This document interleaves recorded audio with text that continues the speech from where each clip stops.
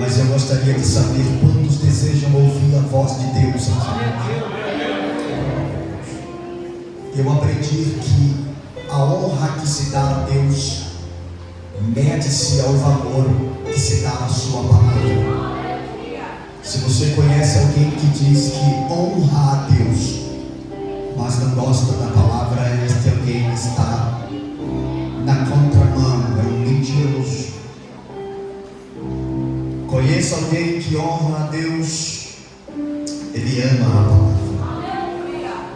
Abra comigo a sua Bíblia no livro dos Salmos, Salmos de número 46. Salmos de número 46. Glória a Deus. Gabriel, obrigado, meu. Seu bênção. Eu te prometi que eu ia te levar para a Bahia. Deus abençoe a sua vida, os músicos. Deus abençoe.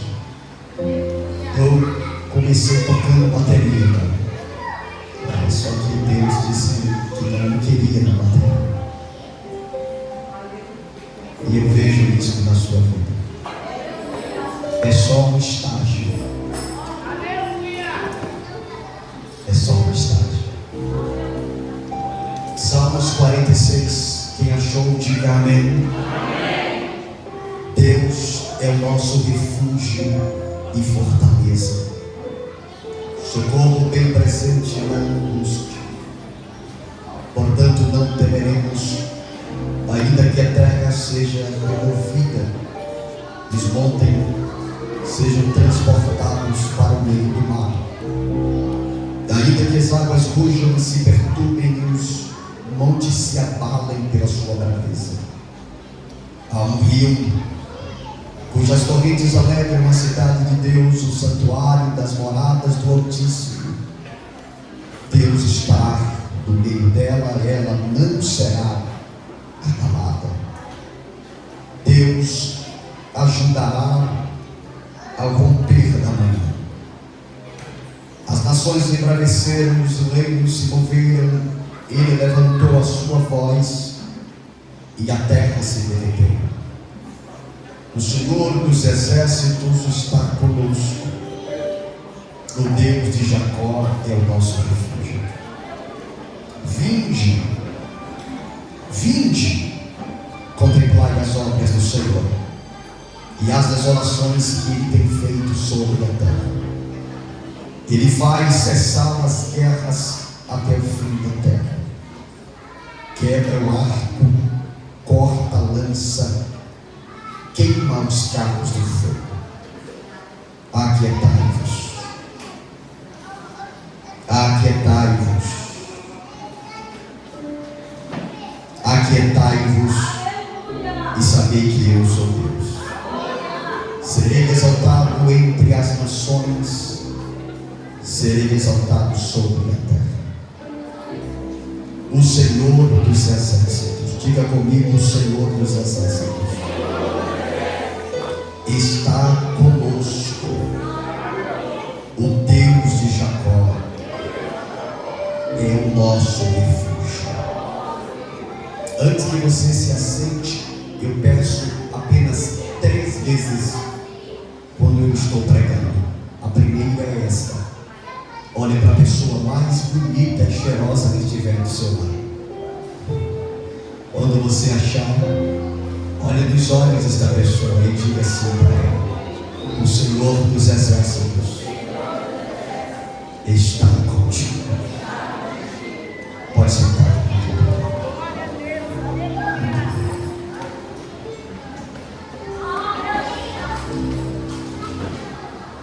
Acredita-se que estes salmos foi um salmos escrito em um tempo de perseguição, em um tempo de afronta e de guerra. Estes salmos não é um salmos de Davi nem de Asaf. Esses salmos é conhecido como salmos dos filhos de Coré. De fato, a pergunta que não quer calar: quem foi Coré? no Antigo Testamento, foi um dos homens que levantou-se contra Moisés.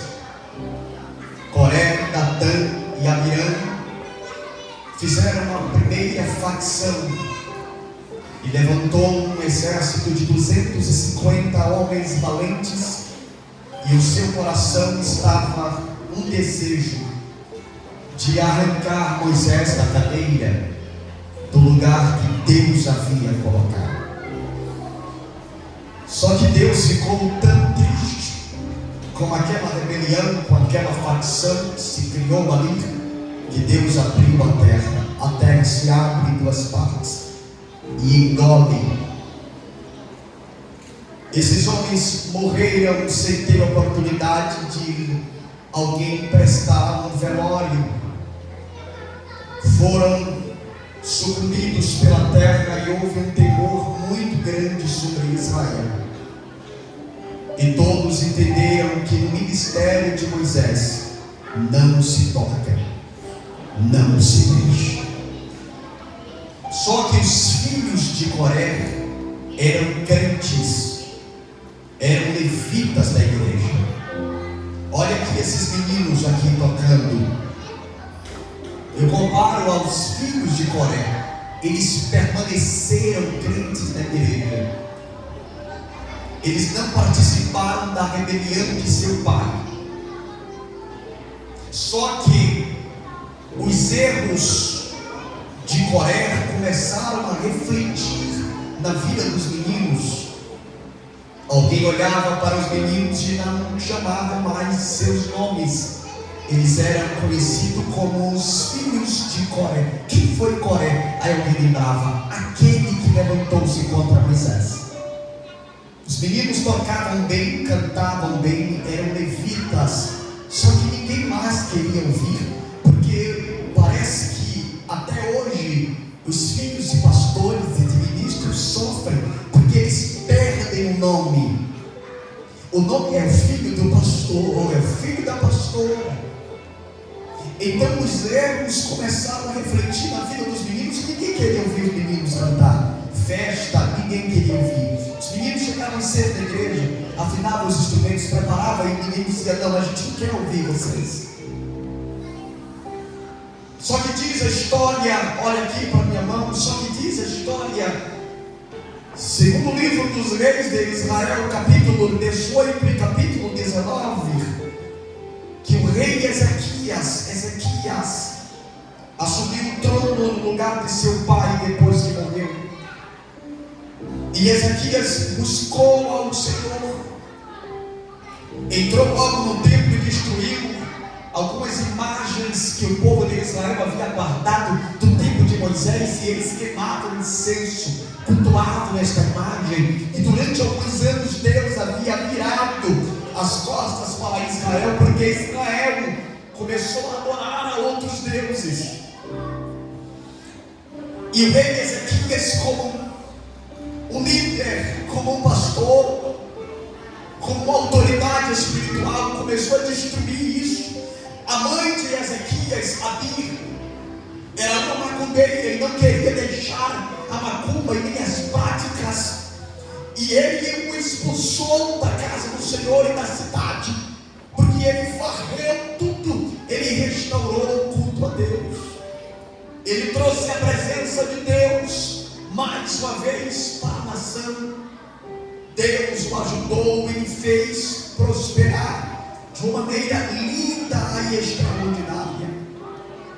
Só que a Bíblia diz que ele não preparou o povo para guerras, para combate. Ele não preparou o povo com poder bélico de estratégia. Ele não se preocupou com guerras. Ele se preocupou em adorar o Senhor e restaurar o culto a Deus.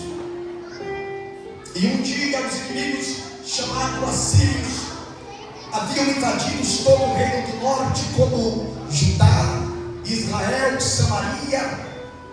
E Senaqueribe era conhecido como o Senhor das guerras naqueles dias.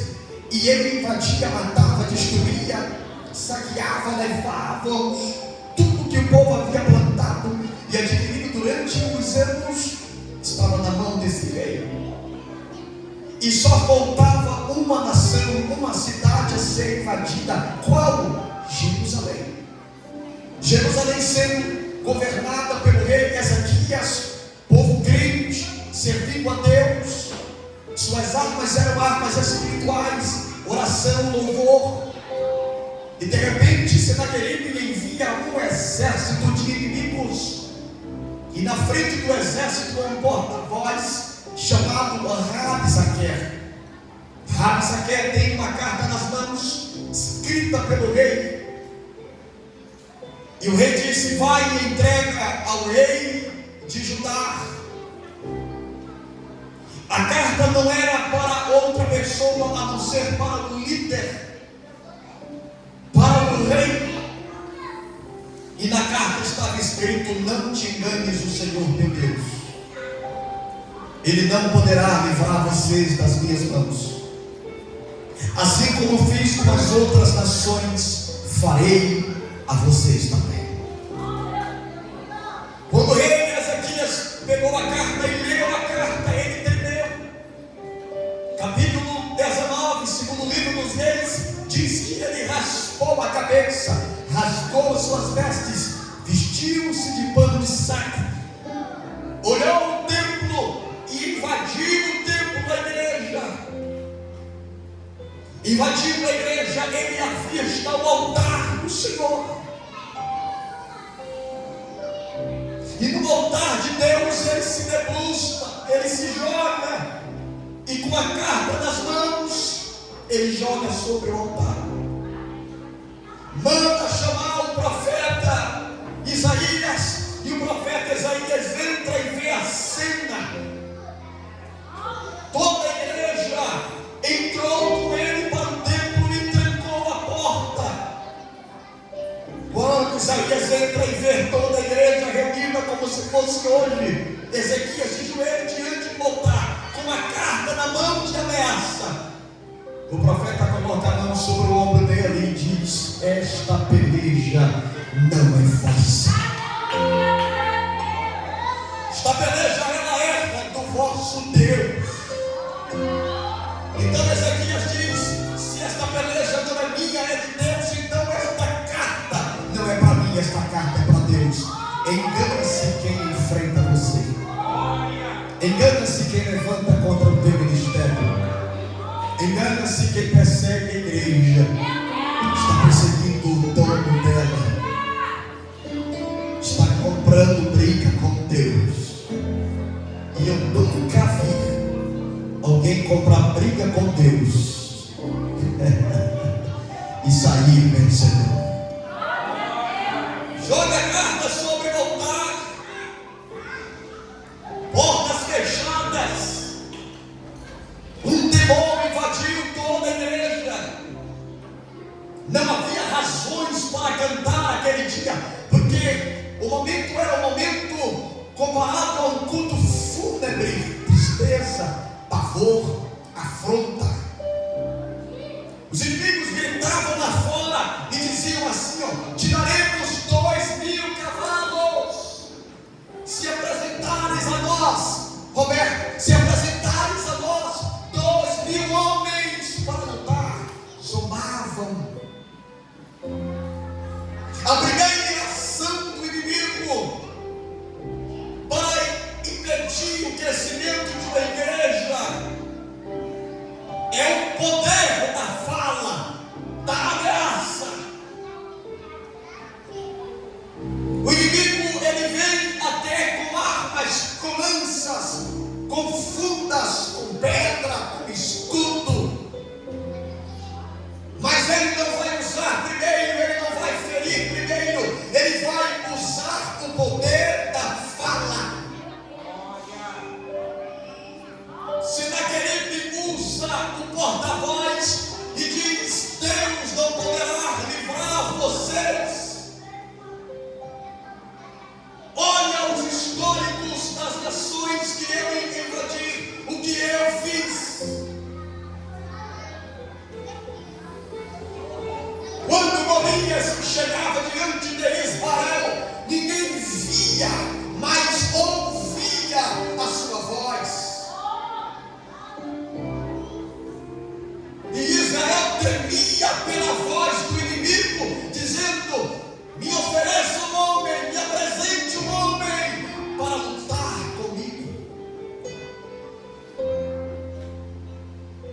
O que Deus quer falar conosco aqui na introdução desta mensagem: não ceda à afronta do diabo.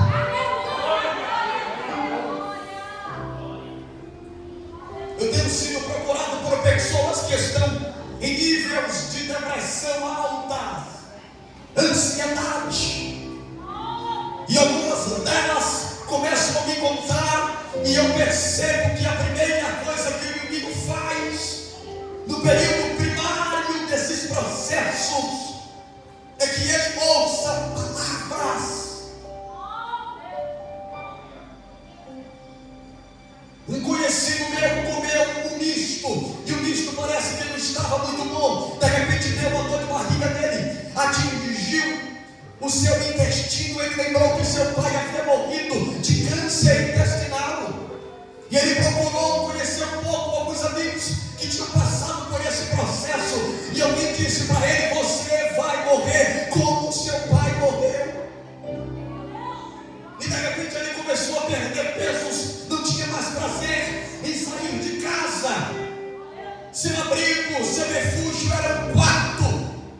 Começou a tomar remédios, não conseguia mais comunicar-se com ninguém por causa de uma palavra que ele ouviu.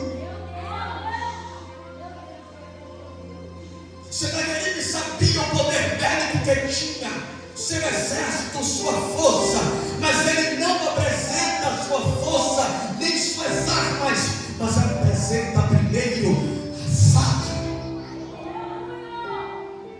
E se você deixar que a fala do inimigo entre em teu coração, você será o próximo a cair, a voltar, a retroceder.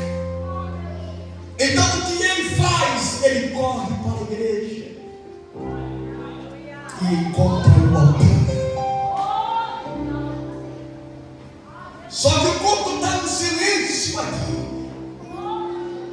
O pregador não queria pregar aquele dia. Havia 185.000 assírios lá fora, armados, esperando a ordem. Os levitas que prepararam os instrumentos para cantar não conseguiram cantar. Os profetas se esconderam debaixo dos bancos. Não havia pregador, não havia ninguém naquele dia. Aí os filhos de Coré, que chegavam cedo todo dia e não tinham oportunidade para cantar, aí disse: deixa a gente cantar o hino. Painho, antes de morrer, deixou estes salmos. Deixa a gente cantar. Na ideia de um pregador baiano, quem sabe, alguém disse: cantar o quê? Cantar o quê? E os meninos abrem os Salmos 46. Em meio a guerras e afrontas, e cantam no meio da igreja: Deus é o nosso refúgio. Presbítero Roberto, meu amigo, refúgio significa abrigo. Refúgio significa lugar de segurança. Refúgio significa lugar de proteção. Salmos 91 diz que aquele que habita no esconderijo do Altíssimo, a sombra do Onipotente descansará.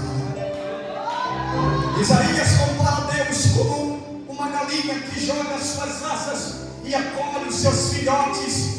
O acolher dos filhotes, ela quer dizer: aqui gavião e nem cobra rouba e nem leva, estão abrigados e protegidos em mim. Deus é o nosso refúgio. A depressão pode até bater em sua porta e tentar te levar para um quarto, mas em Deus você encontra refúgio. Levante a sua mão direita o mais alto onde você puder. No nome de Jesus, eu quero profetizar: a ansiedade não vai lhe pegar, a depressão não vai derrubar você, porque Deus é o teu refúgio.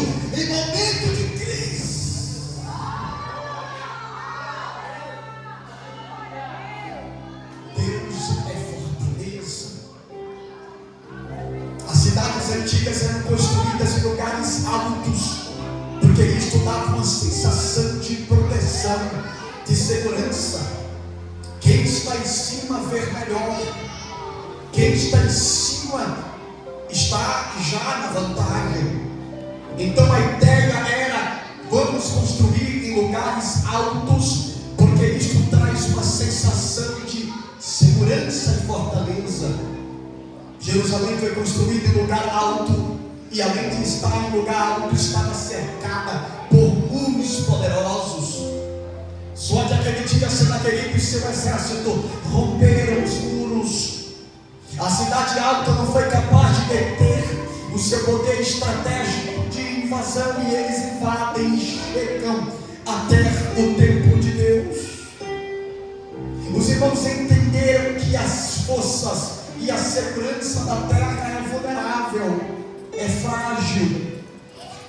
Nada é perfeito aqui neste mundo, nada é seguro 100%. Procuramos mudar de vida e a primeira coisa que pensamos é morar no Alphaville ou dentro de um condomínio, porque isto traz uma sensação de segurança, fortaleza. Quem tem condições arruma logo cercas elétricas, coloca a câmera, e alguns criam até animais, cachorros, a fim de ter uma segurança, uma fortaleza. Há quem diga aqueles que têm mais poder, que contratam seguranças particulares, armados, carros blindados, proteções de um lado para o outro, mas tudo isso é falho, é frágil, tudo isso se acaba. Mas em Deus nós encontramos a maior fortaleza. Provérbios 18, versículo 10 diz: torre forte é o Senhor, correrá para ele o justo e achará segurança. Quando toda a segurança e fortaleza da terra falhar, lembre-se que em Deus você acha fortaleza. Uns confiam em carros e outros em cavalos, mas nós, eu vou repetir para você dar glória a Deus mais alto. Uns confiam em carros e outros em cavalos, mas nós fazemos menção no nome do Senhor. Os que confiam no Senhor são como os montes de Sião, que não se abalam, mas permanecem firmes, firmes, firmes para sempre. Passa chuva, verão, inverno, estações, mas a igreja permanece de pé. 1 ano, 2 anos, 3 anos, 4 anos, 5 anos, chegamos, porque Deus é nossa fortaleza, nossa fortaleza. Só para eu sentir que eu estou em casa, aumenta este volume de glória a Deus, coloca mais 30 centavos de aleluia, levante as tuas mãos comigo mais alto que puder, vem comigo no amor, vem comigo na adoração, vem comigo, Deus é nossa.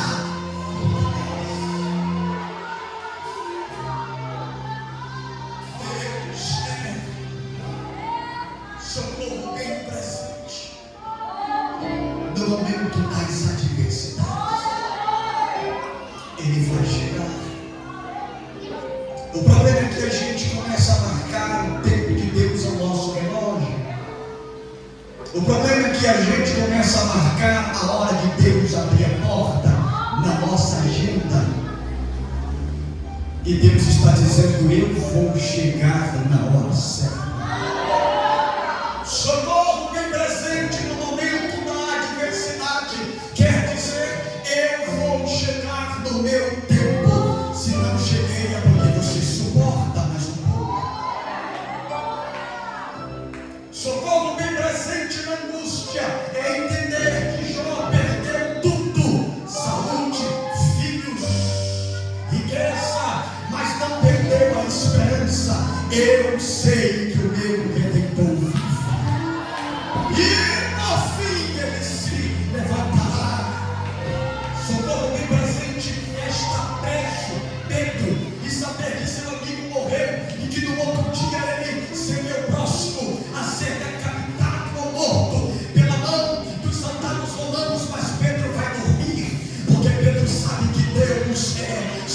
socorro bem presente. Socorro bem presente é Paulo e Silas, algemados os pés e as mãos, as costas abertas pelos chicotes dos soldados, mas à meia-noite eles cantam louvores a Deus e oram, e um grande terremoto aparece. Socorro bem presente é João em Pátimos, que é preso João pelo amor à palavra e ao evangelho, mas de repente João em Pátimos da ilha, ele vê alguém semelhante ao Filho do Deus vivo, semelhante a Natan inocente. Ele tinha um cinto sobre o seu peito, cabelo e cabeça brancos como a neve. Na mão direita havia 7 estrelas. Da sua boca saiu uma espada afiada de 2 fios. Seu rosto brilhava como um sol da sua justiça. E eu caí com a voz vendada, mas ele estendeu a mão dizendo: João, não tem mais, porque eu sou o Alfa, o Ômega. Eu sou o socorro bem presente no momento da tua guerra. Suporta o processo. Aguarda mais um pouco que eu vou chegar.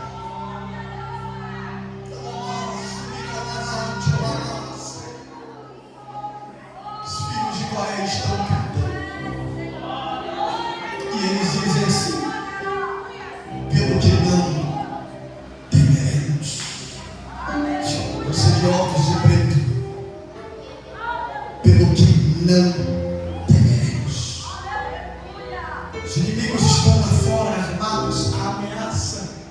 Vou matar, vou destruir. Aí Deus está usando os meninos do louvor, dizendo: pelo que não temeremos. Segunda e penúltima vez, dá uma olhadinha para o lado, vê se tem alguém. Quando você achar, diz assim: não temas.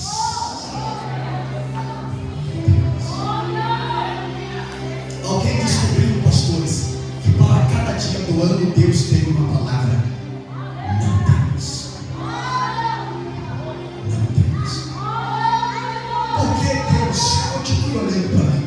Porque Deus diz: não temas. Porque o medo é o primeiro inimigo que impede você conquistar o que Deus já te prometeu. O medo estagna, o medo paralisa, o medo sufoca, o medo detém, o medo faz você andar para trás. O medo faz alguém tirar uma carta de habilitação e guardar em casa e não conseguir entrar no carro, girar a chave, acelerar, fazer uma embreagem na ladeira, porque o medo já está na cabeça da pessoa. O carro vai para trás, vai bater, eu não vou conseguir. O medo estagna e paralisa as pessoas. O medo faz as pessoas que se relacionaram há tempos atrás e se decepcionaram e hoje já não abriram o coração para mais ninguém, porque tem medo de sofrer, tem medo de avançar, tem medo de prosperar. O medo faz pessoas aqui que estão aqui, Deus vai levantar empreendedores aqui, patrões, donos de empresas. Só que existem pessoas que precisam vencer o medo. Deus já lhe entregou o projeto, já lhe entregou a planta, Deus já lhe disse o que você tem que fazer. Deus já levantou até gente para te ajudar, patrocinadores, mas o medo lhe faz você andar para trás, não avançar. Mas eu fui tomado pelo Espírito de Deus lá da Bahia para lhe dizer uma palavra profética: o medo não vai deter você, paralisar você. Você vai avançar, você vai abrir a sua loja, você vai comprar o teu carro, você vai casar, se possível, novamente, e Deus vai honrar tua família, tua casa, teus filhos. Não deixa o medo paralisar você. Você é maior do que este medo. Não temas.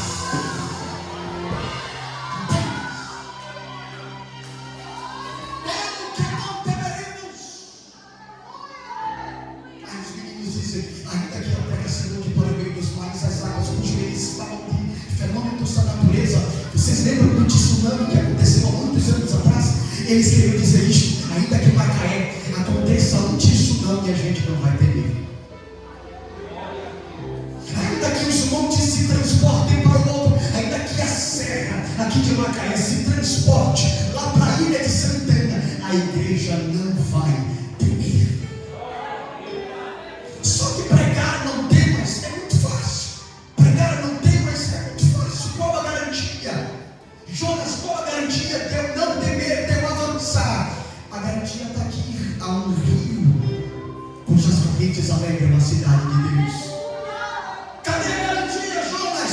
Santuário da morada do Altíssimo. Cadê? Eu não vi ainda, caramba. Deus está no meio dela. A garantia é essa: Deus está no meio dela. Se Deus está no meio, acelere. Você não vai bater. Se Deus está no meio, compre. Ele vai te dar condições para você pagar. Se Deus está no meio, avance. Se Deus está no meio, você vai chegar, vai chegar, vai chegar, vai chegar. Se Deus está no meio, fique tranquilo, sente e nem olhe se tem cadeira, você não vai cair. Se Deus está no meio, Ele já preparou tudo, já preparou tudo, já preparou tudo. Se Deus está no meio, as portas não fecham. Se Deus está no meio, as ferramentas do diabo não prosperam. Se Deus está no meio, uma guitarra vai ser quebrada, a galinha preta vai ser queimada. Esse Deus está no meio, não tem macumba, não tem feitiçaria, não tem nada que impeça você de chegar ao lugar que Deus te prometeu. A garantia é: Deus está no meio.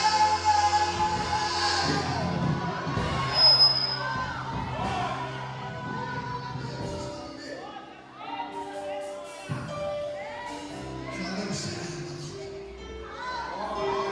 Olha para cá, eu já fechei aqui. Aí os meninos cantando dizem, em um ato profético: Deus vai ajudar. Diga: Deus vai ajudar. Diga: amanhã de manhã. Isso aqui é lindo. Pastor Nilson, Pastor Nilson, você é inteligente. Se Deus está dizendo que vai ajudar amanhã de manhã, é porque não é a dia, é a noite. E o que te lembra a noite? Noite, escuridão. Noite, preocupação. Noite, lágrimas. Noite, às vezes solidão. Às vezes nos achamos tão repleto de pessoas, mas à noite é um dos momentos que a gente só encontra Deus. Noite, lembra travesseiro molhado, cama. Noite,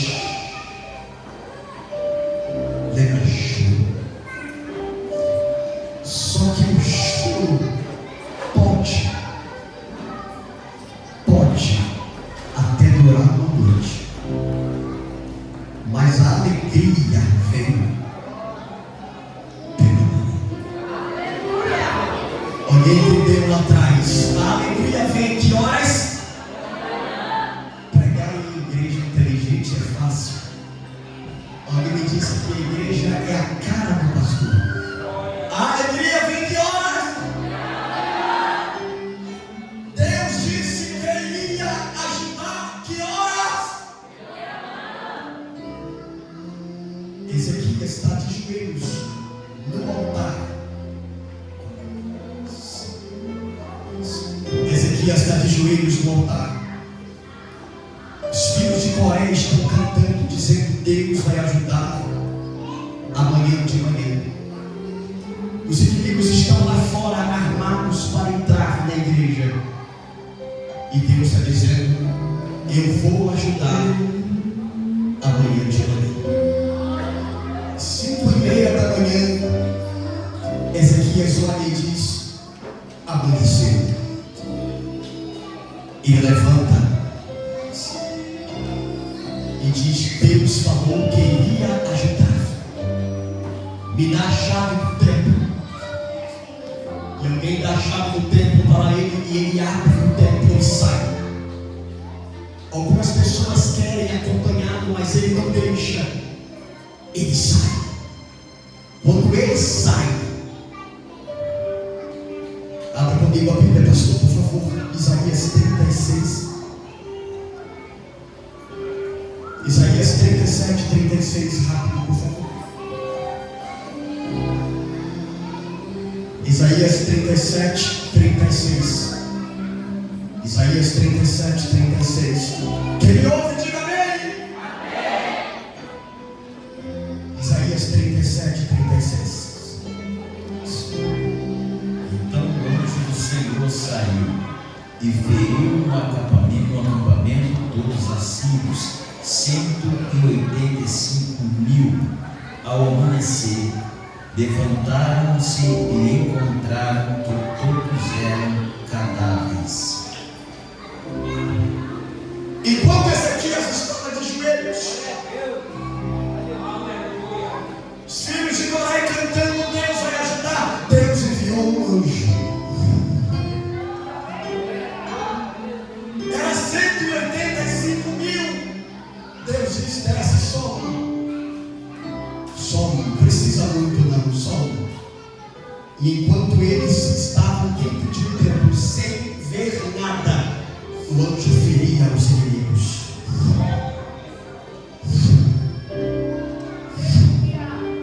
O nosso problema é que a gente quer ver. Deus está dizendo: você não precisa ver. O que você precisa é acreditar que eu estou agindo. Pela manhã, Ezequias sai do templo e começa a andar. Ele anda em meio aos cadáveres e começa a dizer: as nações se embraveceram, os reinos se moveram. Ele levantou a sua voz e a terra se tremeu. O Senhor dos exércitos está. O Deus de Jacó é o nosso. Aí ele volta para o templo. Olha para mim. Aí ele volta para o templo. Quando ele volta para o templo, os irmãos estão lá assim, olhando, como esse varão grandão aí está olhando para mim. Os irmãos estão assim. E aí? Lá na Bahia, quando a gente é curioso, quer saber, a gente faz assim. E aí? Ezequias, e aí? O que aconteceu? Ezequias perde a fala porque a emoção era grande. O povo quer saber o que aconteceu e ele se cala. E o povo está assim: e aí? E aí?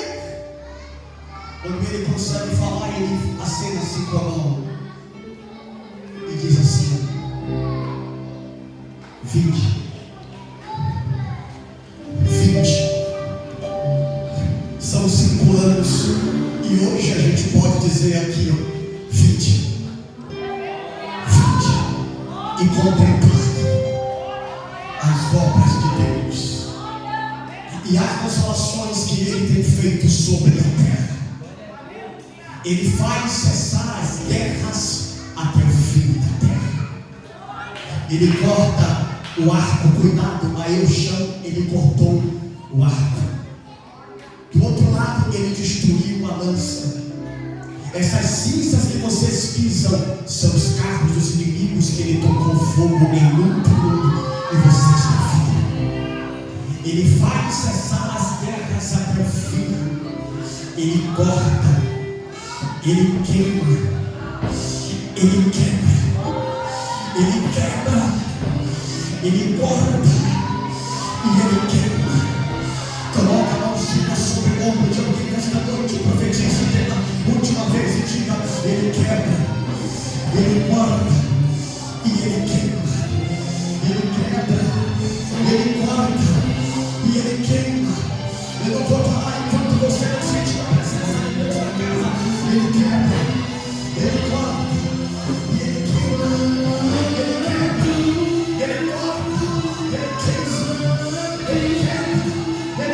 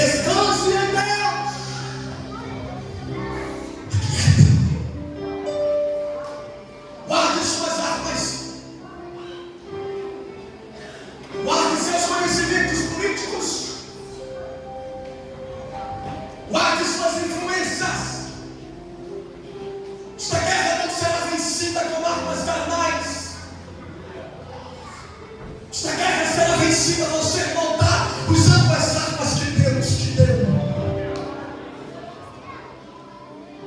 Além do altar ter fogo, o altar tem resultados, tem respostas de Deus para você. A igreja precisa voltar aos tempos antigos, em que batalhas o crente vencia na oração, na consagração, no louvor. Hoje, na primeira guerra, a gente procura logo ligar para alguém que tem conhecimento e pode comprar a nossa briga. Deus está dizendo: tuas armas não são carnais, mas são poderosas em Deus. Vai lá! Corre para o altar de Deus e lá você terá a resposta.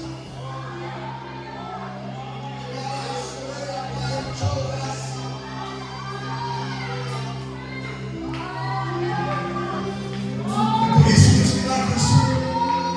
milagres subiram das nossas igrejas.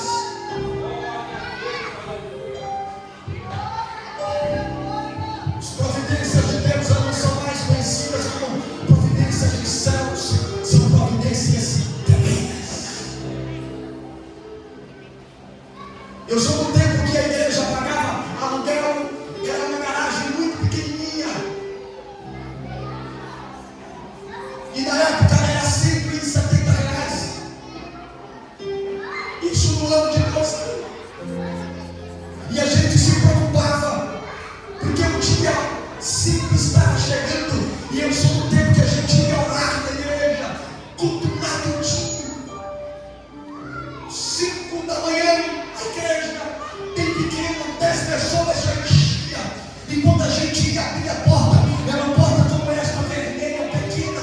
Quando a gente ia abrir a porta, tinha um envelope com o valor do aluguel da igreja. Eu sou do tempo que maminha orava, não tinha nada lá em casa, e Deus usava alguém no Paz Mendonça, era conhecido como Paz Mendonça, e trazia compras, e dizia: Deus mandou entregar.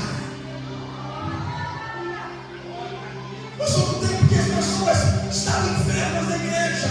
Não estou lhe induzindo a não procurar a medicina, eu estou lhe dizendo que Deus curava pessoas de doença, pessoas de câncer. Eu vi gente vomitar câncer na igreja, eu vi pessoas serem libertas, eu vi Deus operar milagres. A igreja orava porque a vida estava entregue no altar. Deus não mudou.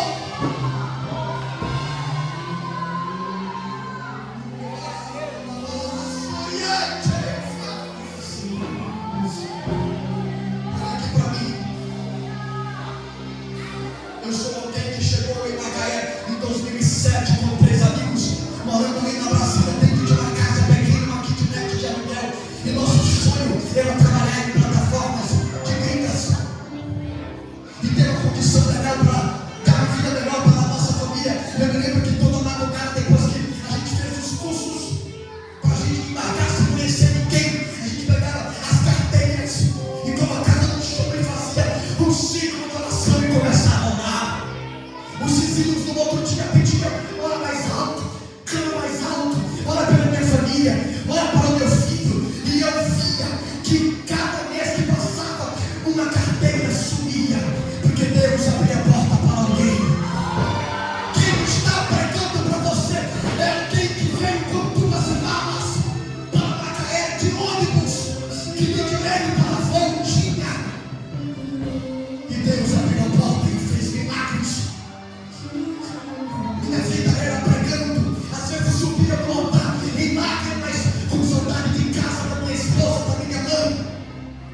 Eu pegava uma bicicleta e saía da Brasília e ia lá para o Lagonário, para EFONAP, uma escola técnica para estudar. E à noite eu pregava, subia e chorava. Eu nem achava que era a presença de Deus, era não, era saudade de casa, da família, porque eu não sabia quando eu iria voltar. E Deus usou alguém dizendo: cidade do reino, cuide de minha obra, e eu vou cuidar de você.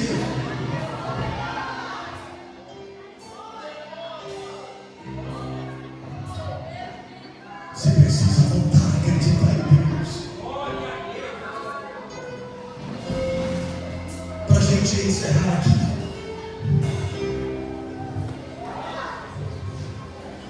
Senaqueribe queria ser conhecido como o Senhor das guerras. Aí Deus matou todos os inimigos, mas Senaqueribe fugiu. Se Deus mata a gangue, a facção, mas o cabeça foge, é preocupante. Por isso que o povo se preocupa e Deus usa os meninos em um ato profético para dizer: aquietai-vos. Porque a preocupação era: e Senaqueribe? Parece que Deus fez a obra incompleta. Não, fica tranquilo. Para os inimigos, Deus enviou um anjo. Que me ouve, diga amém. Para os inimigos, Deus enviou um anjo. Mas para Senaqueribe, Deus disse: vai ser pareia de Deus e eu. Tem coisas que Deus não vai mandar anjo, Ele vai descer para resolver. Aí Deus disse assim: eu vou buscar uma ferramenta para pegar esse cara. Deus pega um sol. Senaqueribe está tentando fugir e achando que está chegando longe. Aí Deus joga o seu anzol. E o anzol pega na espada. E Deus traz ele arrastando o focinho no chão. Deus coloca um freio na boca de Senaqueribe, naquele que dizia: eu vou matar e destruir. Deus está colocando freio em inimigos.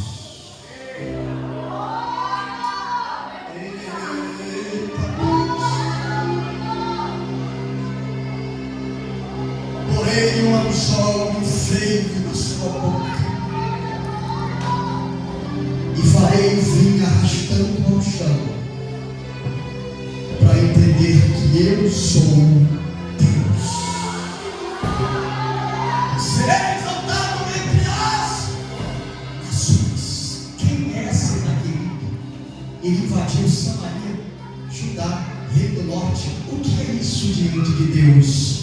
O que é isso diante daquele que chama os raios pelo seu nome? O que é isso diante daquele que pega o vento e segura no punho da sua mão? O que é isso diante daquele que pega a terra e coloca como descanso para os seus pés? O que é isso que ele olha para o mar e para as ondas e diz: aquieta-te, acalma-te, que é Senaqueribe diante de Deus. Serei exaltado entre as nações, serei exaltado sobre a terra. Aí o povo grita e diz: o Senhor dos exércitos. Aí a igreja, completando 5 anos, bate no peito e diz: o Senhor dos exércitos. A gente chegou até aqui porque o Senhor dos exércitos. Bate no peito e diga: o Senhor dos exércitos. O Senhor dos exércitos. Ele está conosco. Eu não sei com você, mas comigo Ele está. Eu não sei se Ele é o meu Deus, mas Ele é o meu Deus. Canta a mão de alguém, levanta aí do banco e diga: o Senhor dos exércitos está conosco. Levante, fique de pé, fique de pé, fique de pé. O Deus de Jacó é nosso refúgio. É 5 anos de festa, é 5 anos de alegria. Chegamos até aqui porque Deus está conosco.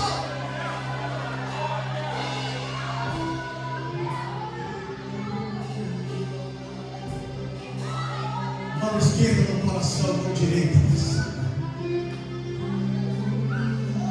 Continua neste mover espiritual.